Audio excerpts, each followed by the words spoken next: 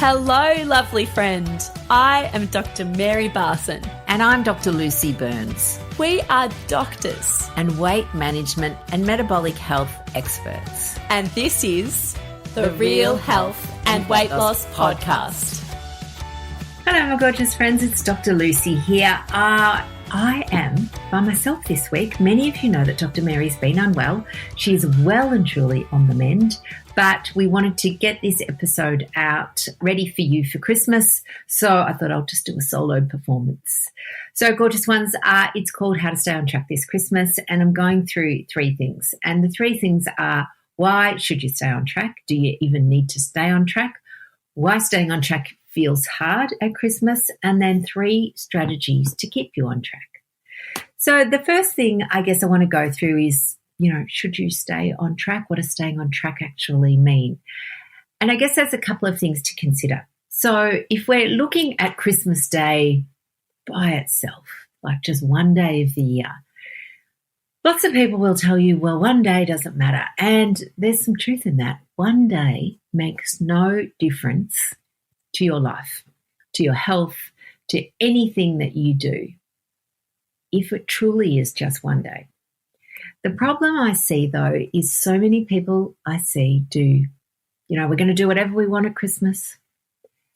Then that sort of extends into Boxing Day. Then there's plenty of food still left over.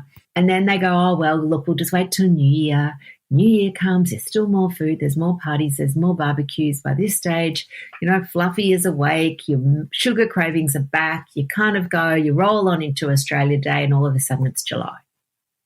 It's the same if you're in the US. You've probably already been, you've had Halloween, you've had Thanksgiving, you've had Christmas, into New Year. It's now cold, it's dark, you're thinking, I don't know.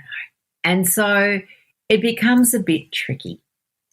So I think it's really important to recognise that one day, honestly, it really doesn't make any difference, but that's the trick. It has to be one day, and for lots of us it's not. So what I wanted to talk to you about is, why is it important to stay on track over Christmas, and what does staying on track over Christmas actually mean?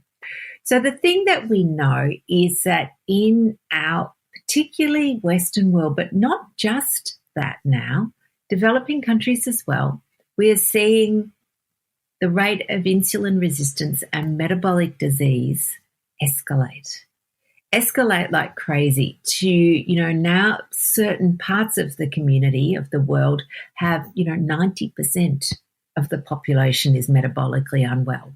Now, if you're in the category where your metabolic health is a bit less than ideal, then we're going to try and keep that on track. And again, doesn't mean one meal won't make a difference, but we don't want one meal to be 2 meals, to be 3, to be 30 meals. So what we want to do is think, well, what does being metabolically unwell even mean?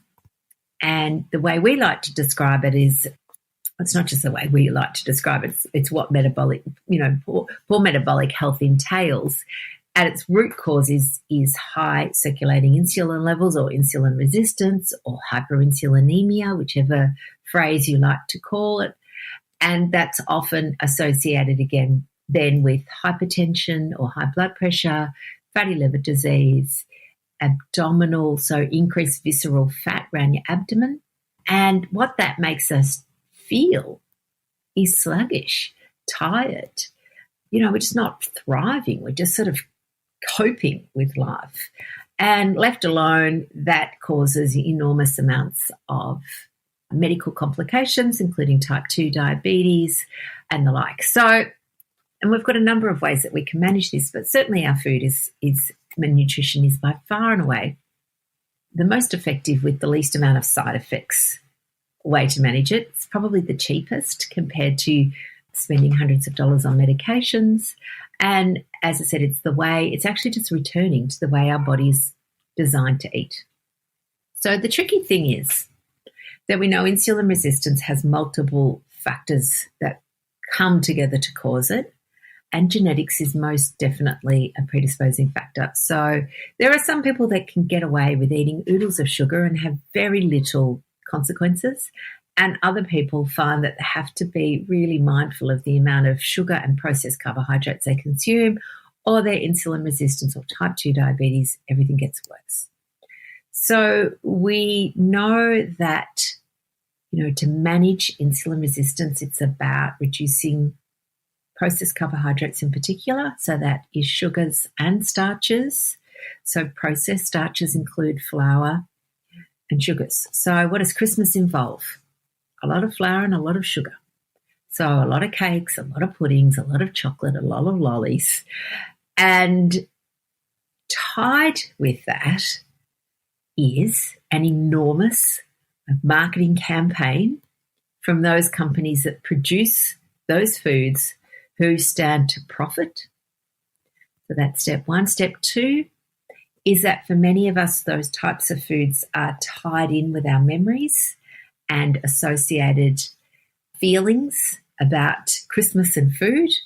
And I know for many people, Christmas, like I did a little poll the other day, and I said to people, 5 seconds, what foods do you associate with Christmas? So, outcomes, minced tarts or mince pies, depending on which part of the world you're in, Christmas pudding, Christmas cake, pavlova if you're Australian, scorched almonds, gingerbread houses, all the food that is actually available all year round, but for which our brain only comes up with it at Christmas. One of those foods in particular was shortbread. So you can buy shortbread any day of the week, but suddenly at Christmas, shortbread's in the shape of a star and it just holds so much more appeal. So a couple of things we need to think about and be mindful of is, at the end of the day, as I said, you are the boss of you. You can do whatever you want. There isn't any right or wrong. There's no moral judgment here.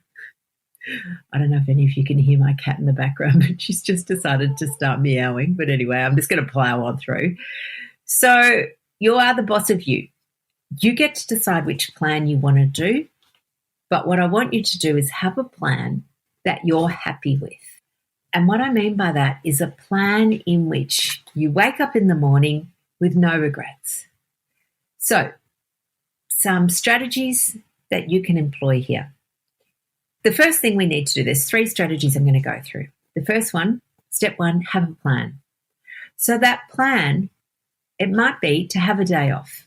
It might be that you've got a great big family function. You don't want to think about the food. You're just going to have whatever you want.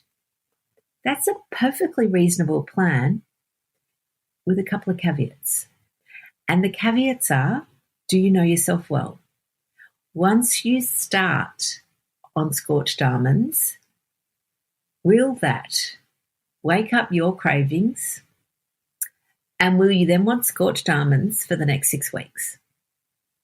If that's you, you may want to rethink that plan.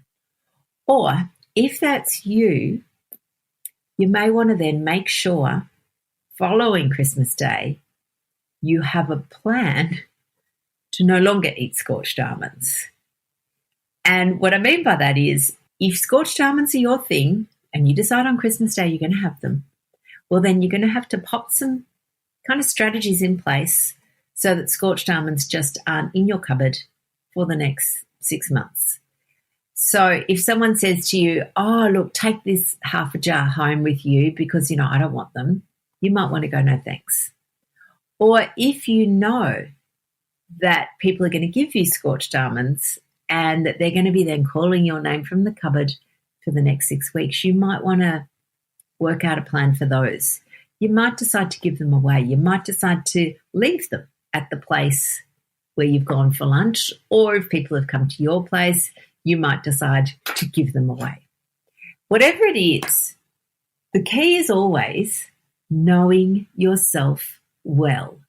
So there's no right or wrong in this situation. Honestly, there isn't. But if you've been following us for a while, you know that the way we like to look at things is that every action has a result. Every behaviour has a consequence. When I say consequence always sounds negative. Consequence can be a positive thing. Your behaviour might be that you go walking every day for a month. Well, the consequence of that is going to be that you'll feel fitter, that you'll have better aerobic capacity, that you enjoy the outside world, all of that sort of stuff. So again, it doesn't matter what you decide to do as long as you are completely aware that whatever action you take has a result. And the longer you do an action, then the more likely the result is of that action. So again, bringing it back to one meal will rarely make any difference to your health. Caveats being, don't eat peanuts if you've got peanut allergy. But in general, one meal makes no difference. If you do that one meal 100 times, it's going to make a difference. So just know yourself well there. So the plan could be, as I said, just go off plan, do whatever you want. The plan might be that you're going to continue your low-carb lifestyle. You're going to make a menu and you're going to come up with alternatives that comply with your low-carb life. And that can be pretty easy, especially Christmas. I mean, Christmas meals, when you boil it down, are usually a protein base, ham, turkey, pork, whatever it might be. In Australia, might be seafood, prawns, usually some vegetables. Again, if you're having a hot lunch, it'll be, there might be some roast potato and maybe you decide to forego that. But, there's cauliflower, broccoli, beans, all sorts of veggies that you can have. If you're having a cold lunch, there's salads, heaps of different salads that you can do that will still keep you on your low-carb plan that is still delicious, flavorful, full of herbs and spices and goodness, and you just make them a little bit fancy, sprinkle some nuts on them. If you're not allergic to nuts, sprinkle some feta through it. If you're not intolerant to dairy, so many ways that you can make that food delicious. And then for dessert, you might decide to take low-carb pavlova, using an alternate sweetener. You might decide to take some, fresh berries. Again, if you're in the Southern Hemisphere, berries are in season. And I cannot tell you how delicious raspberries are at this time of the year. We are so lucky. You get to decide because you, my friends, are the boss of you. So step one, strategy one is have a plan, think about it, write it down, know yourself well, ask yourself, is this realistic? Make sure that the plan you create is realistic because humans like to win.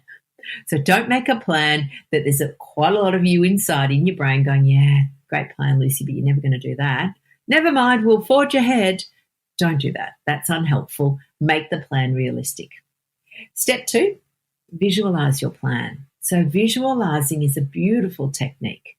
It's a technique that is done often with athletes, with people sitting exams, with public speakers, performers. All of those people visualize themselves doing the action and they visualize their success.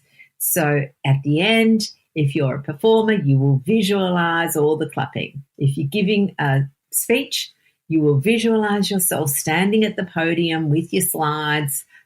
You will know that you're going to go through your speech without any stumbles and that you're going to get a standing ovation. If you're an athlete, you will visualize yourself, if you're a swimmer, standing on the blocks, diving in when the start gun goes, swimming in the zone, all of those things. They are powerful, powerful techniques that improve performance. So if you're wanting to stick to your plan, and again, maybe your plan, because you are the boss of you, you get to choose your plan. Maybe your plan actually involves no alcohol. Maybe you've decided, maybe this is your first year where you're not drinking alcohol. Well, then you visualize it. Visualize what you're going to do, how you're going to approach it. Maybe there's people there you haven't seen. Maybe there's people who are just going to hand you a glass. What is your strategy for those? You just need to be prepared. So a line that I always love, my favorite line for anything is, no thanks, I don't eat that anymore, or I don't eat that. Or it might be, no thanks, I'm not drinking alcohol today. Or no thanks, I've stopped the wine. And people will ask you because they're just curious. Oh, why not? And you can just say whatever you like, but a favourite line of mine is, oh, it doesn't agree with me. And when they go, what do you mean? You just go, you don't want to know. So it's really, really easy. You may have people that will try and convince you to eat their food, that maybe they've made a plum pudding, maybe they say to you, oh, come on, I've made it, it's beautiful. You can just already, you've got your line planned, you've visualized it. Oh, thank you, it looks amazing, but I just don't eat that anymore. It doesn't agree with me. I'm really happy for everyone else to have it. It looks incredible, but it doesn't agree with me. And they'll soon give up. They honestly will. But you just need to have a little line ready. And then the third strategy is really, again, important because particularly if you've done lots of dieting over the years, you will identify with the concept of being an all or nothing person. An all or nothing person is not actually a person. It's just a mindset. It's a mindset process that we've been taught where we feel that you have to be perfect because that's the only way it'll work. And that's why we do it. We have this absolute belief that it has to be perfect. That's why it'll work. And then if it's not perfect, we just think, oh, bugger it, and we just do whatever we want. So we call that pressing the stuff up button. So again, let's say you've come up with your plan, you've done your visualizing, and somehow it's not all quite going to plan. It doesn't mean that you need to press the stuff up button and then eat everything, hoover down the whole table. You don't need to suddenly eat 6 mince tarts to get rid of them. You don't need to suddenly be wolfing down everything till you feel sick in the stomach so that you can start again tomorrow. I love the idea that we can just come in with a little bit of mind management around damage control. Basically, you can just say, interesting, isn't it, that I had a couple of almonds, scorched almonds. Yeah, okay, they were nice, but I don't want to do any more. I'm just going to put them away and I'm just going to continue straight back on my plan. So you can just regroup. And a really great way, and this sounds a little bit weird, but a really great way to do this is if you find yourself sort of standing at a table or you're hovering or you just you can feel yourself starting to sort of wolf down a few things. You should take a little mini break and maybe you go to the bathroom and you just regroup. And you just regroup with yourself and you can do a little like a little breath work exercise, little mindset exercise, and you can just talk to yourself kindly and you just go, okay, this is not how I planned the day. This is how I'd like the day to look, and this is what we're going to do. And it's just like having a little chat to yourself. It does two things by going to the bathroom. One, it just moves you away from all the cues being food products, or the food thing, or it might be a person, again, who's shoveling food in your face that you don't want to eat. That's fine. So you just toddle into the bathroom, take a little mini break, take a few breaths, and then regroup and go and grab a glass of water and then move away from wherever it was that you were. And again, what I want you to really be mindful of is that you can still enjoy your Christmas meal. You can still enjoy your Christmas period because their food that is available is wonderful, beautiful, nourishing, protein, chicken, ham, turkey, pork, whatever it is, prawns, amazing food, still delicious, still fills you up, still makes you feel part of it, but just doesn't take you off your path. And as I said, if you do find that you have wandered off into the wilderness, you don't need to beat yourself up over it. You don't need to carry on. You don't need to self-destruct. You don't need to go and wolf down everything. You just recommit, regroup, not the next day, but the next minute.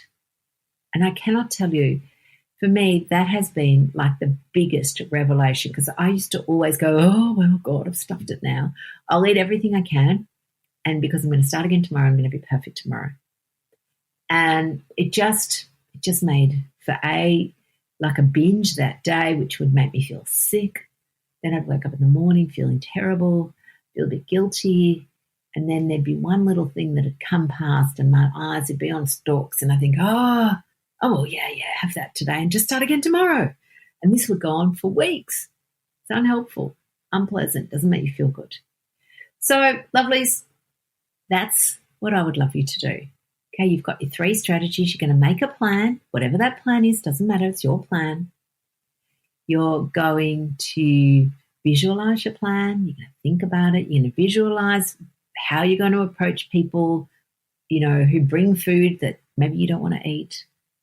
Remembering eating is not a team sport. It's an individual pursuit. You are the boss of you, and you are allowed to advocate for yourself. If you don't want to eat a particular food product, you don't have to. And you're going to recognize perfectionism and pressing the stuff it button. You're going to try your best not to do that. And if you do find that you've sort of popped down that pathway where you're starting to eat everything in sight, you're just going to take a break, go to the bathroom, regroup, take a few deep breaths, have a little chat with yourself, come out, move away from the table or wherever it is that you are, and start right there and then.